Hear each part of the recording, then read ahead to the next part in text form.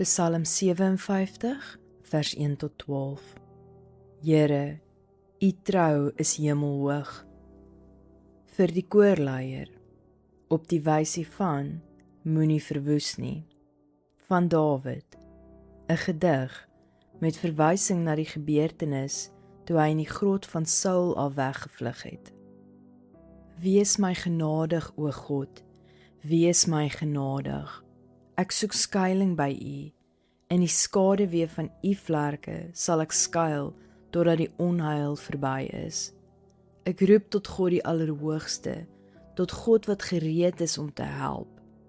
Uit die hemel antwoord hy en red my. Hulle wat my wil vernietig, sal hy verneder.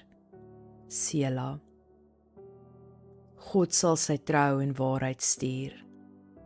Ek is omring deur leeu's, tussen bloeddorstige mense wat my wil verskeur.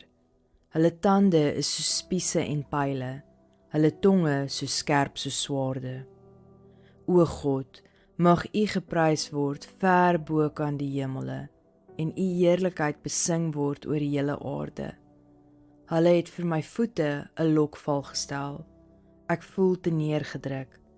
Hulle het 'n gat voor my gegrawe, maar het self daarin geval.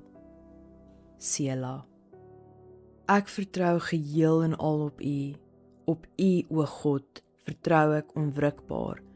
Ek wil lofliedere sing. Word vroeg wakker, sê ek. Harp en lier word wakker. Ek wil die dagbreek wakker maak. Voor die volke wil ek U prys, Here.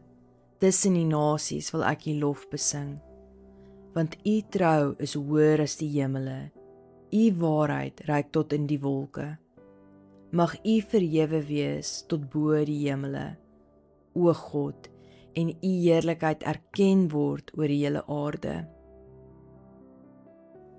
As vandag se boodskap vir jou iets beteken, deel dit asseblief met ander en gee die video 'n like. Ek hoor graag van jou. Los gerus vir my iets in die kommentaar. Smag soos 'n wildsbok is beskikbaar op YouTube en TikTok.